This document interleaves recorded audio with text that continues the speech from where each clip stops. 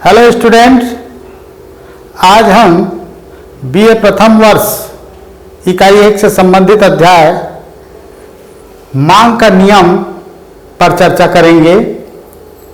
सबसे पहले हम आज मांग का नियम का आशय जानेंगे। उसके पश्चात मांग के नियम के संदर्भ में मार्शल और सिमोंसन के द्वारा जो परिभाषा दी गई है उस पर चर्चा करेंगे।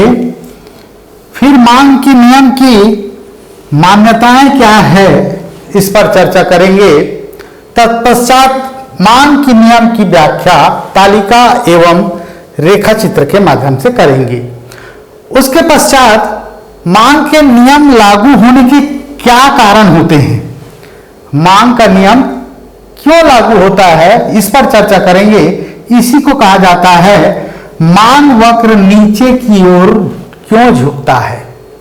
मांग वक्र जो है नीचे की ओर क्यों झुकता है, इसके वास्तविक कारण क्या होते हैं इस पर चर्चा करेंगे, सचित्र विश्लेषण करेंगे। तो शुरुआत करते हैं आशय से। हम सभी व्यवहारिक तौर पर जानते हैं कि किसी वस्तु की कीमत तथा उसकी मांगी गई मात्रा के संबंध को मांग या मांग का नियम कहा जाता है। अतः किसी वस्तु की कीमत एवं उसकी मांग के बीच विपरीत संबंध पाया जाता है। कैसा संबंध पाया जाता है? मांगी गई मात्रा या वस्तु की कीमत एवं मांग के बीच विपरीत संबंध पाया जाता है। अतः हम जानते हैं कि अन्य बातें समान रहने पर, अर्थशास्त्र में क्या कहा जाता है, अन्य बातें समान रहने पर किसी वस्तु की कीमत जब घटने लगती है तो उसकी मांग जो है बढ़ जाती है। तो इस प्रकार से कीमत जैसे घटती है तो उसकी मांग बढ़ जाती है और कीमत बढ़ने पर उसकी मांग कम हो जाती है। इसी को मार्शल ने परिभाषित किया है।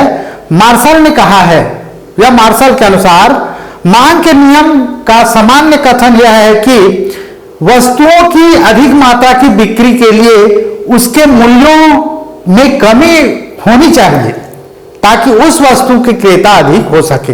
इसी को दूसरे शब्दों में भी इन्होंने व्यक्त किया है, मूल्य गिरने पर मांग बढ़ती है और मूल्य बढ़ने पर मांग घटती है। इसी प्रकार से सिमोंसन ने भी परिभाषित किया है।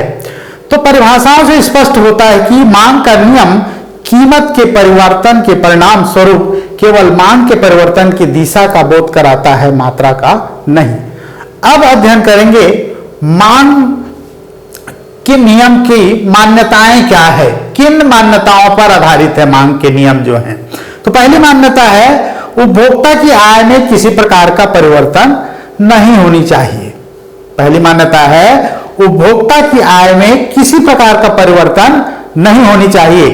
दूसरा मान्यता है उपभोक्ता की रुचि, फैशन, आदत, व्यवहार में किसी प्रकार का परिवर्तन नहीं होना चाहिए।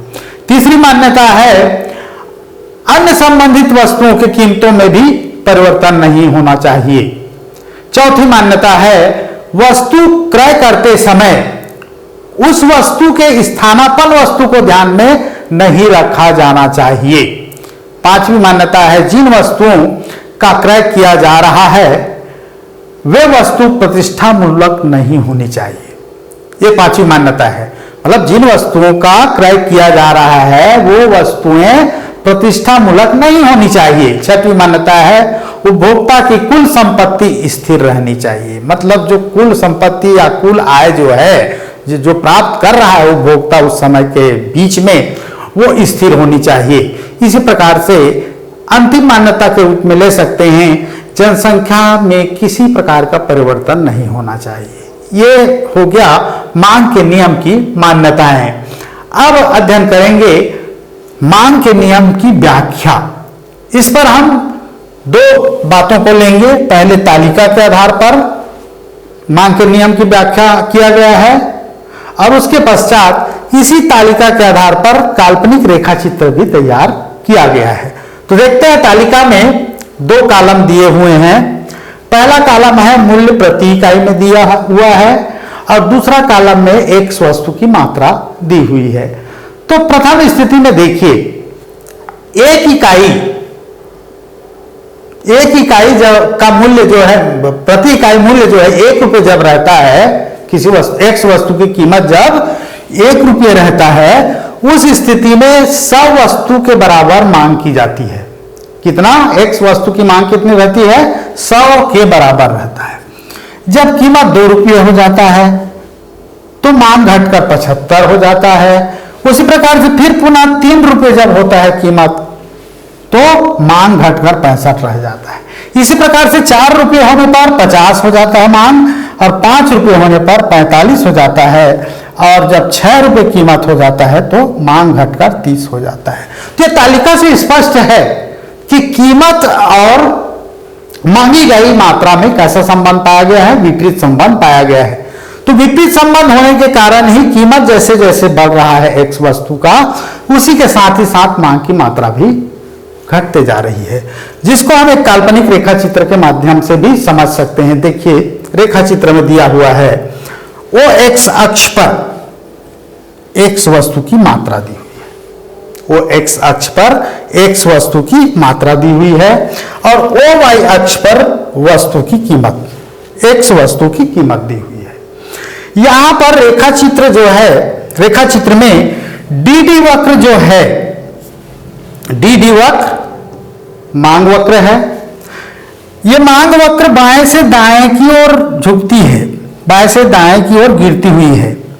इसका मूल कारण है कि कीमत के बढ़ने के साथ मांग की मात्रा में कमी आ रही है। अब देखते हैं रेखा चित्र में प्रथम स्थिति में, जब एक्स वस्तु की कीमत ओ पी के बराबर रहता है तो मांग कितनी रहती है? ओ एन के बराबर रहती है।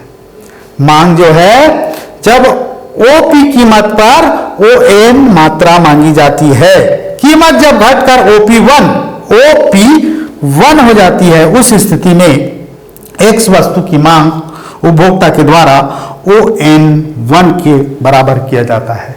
तत्पश्चात या अगली स्टेप में अगर उसी वस्तु की कीमत या एक्स वस्तु की कीमत पुनः गिरकर OP2 हो जाने पर मांग की मात्रा जो है ON1 से बढ़कर ON2 हो जाता है। तो इसी प्रकार से मान लीजिए हम A, B, C 3 संयोग मान लेते हैं इसको, तो तीनों संयोगों को मिलाते हुए एक वक्र खींची जाती है जिसको मांग वक्र कहा जाता है। तो मांग वक्र जो है कीमत और मांग के साथ विपरीत संबंध होने के कारण ये बाएं से दाएं नीचे की ओर झुकती हुई है। अब है मांग के नियम लागू होने के कारण। मांग के नियम जो हैं लागू क्यों होते हैं, इस बात को समझेंगे। तो यहां पर 2 बातें हैं। देखिए, नियम लागू होने के कारण क्या है, और इसी को कहा जाता है मांग वक्र नीचे की ओर क्यों झुकता हुआ होता है। इसके 5 कारण दिए हुए हैं। इसको रेखा चित्र में भी देख सकते हैं अपन, रेखा चित्र में स्पष्ट है। इसी बात को हम यहां पर भी लिए हैं। तो एक्स वस्तु की मात्रा और एक्स वस्तु की कीमत, वो एक्स अक्ष पर क्या लिए हैं? एक्स वस्तु की मात्रा को लिए हैं, और ओ वाई अक्ष पर एक्स वस्तु की कीमत को लिए हैं। तो यहां पर इसमें भी, इस रेखा चित्र में भी स्पष्ट किया गया है कि कीमत जैसे जैसे घटते जाती है तो उस वस्तु की मांगी गई मात्रा जो है बढ़ती जाती है। और कैसा संबंध होता है? विपरीत संबंध होता है। देखिए, कीमत नीचे गिरा, ऐसा कीमत गिरा तो क्या हो गया? मांग में वृद्धि हो गई। यहां पर कमी आई, किसमें? कीमत में। ओपी से OP1 हो गया, तो इधर मांग में वृद्धि हो गई। पहले ओपी कीमत पर कितना मात्रा था? मांगी गई मात्रा ON था। कीमत में जैसे कमी आती है, OP से OP1 होने पर मांग की मात्रा में वृद्धि हो गई है, ON से ON1 हो गई है। तो इसीलिए क्या होता है? मांग वक्र नीचे की ओर झुकता हुआ होता है। और इसका और भी कारण हो सकते हैं, आगे देखते हैं। इसका 5 कारण हैं। जैसा कि मांग वक्र नीचे की ओर क्यों झुकता है, इसका प्रमुख कारण के रूप में पहला दिया है सीमांत उपयोगिता ह्रास नियम के कारण। देखिए, मांग के नियम जो है सीमांत उपयोगिता ह्रास नियम पर आधारित है। कोई भी उपभोक्ता वस्तु की सीमांत उपयोगिता से अधिक मूल्य देना नहीं चाहता है। इस बात को समझ लीजिए, कोई भी उपभोक्ता वस्तु की सीमांत उपयोगिता से अधिक मूल्य देना नहीं चाहता है। अतः जैसे जैसे वस्तु की अधिक इकाइयां क्रय की जाती है, वैसे वैसे उसकी उपयोगिता कम हो जाती है या कम होते जाती है या घटते जाती है। अतः मूल्य गिरने पर भी अधिक वस्तुएं क्रय की जाएंगी। इसके विपरीत भी सही होगा।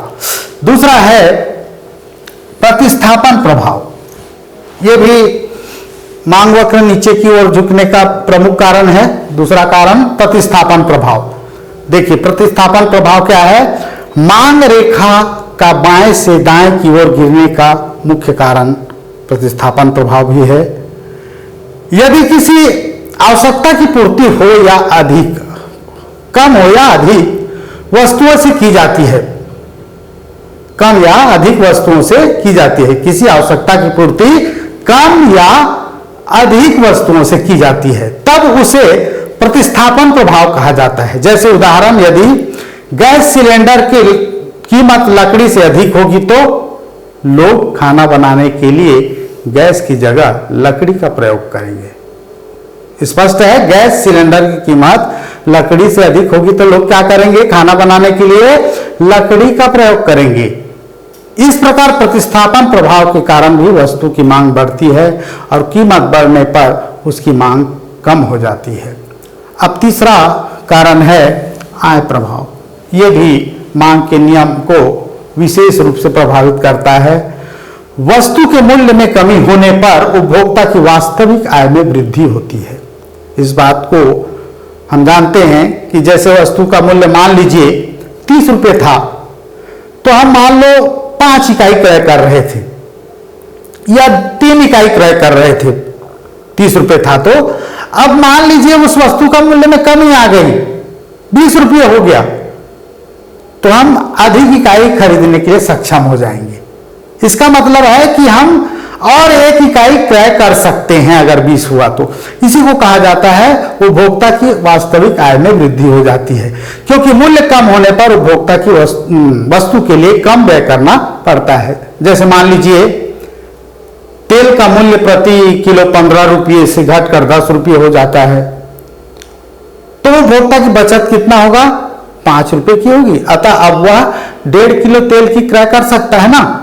पहले 15 रुपये, अगर 15 था तो वो 1 किलो क्रय कर रहा था। जब वो तेल की कीमत 10 रुपये हो गया तो वो 1.5 किलो क्रय करेगा।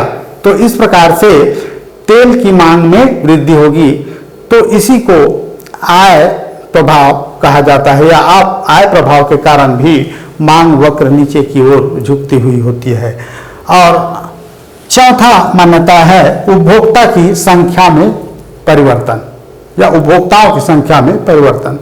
जब कभी किसी वस्तु के मूल्य में कमी होती है तो उस वस्तु का उपभोग वे लोग भी करने लगते हैं जो पहले ऊंचे मूल्य के कारण उपभोग नहीं कर पा रहे थे। क्लियर है?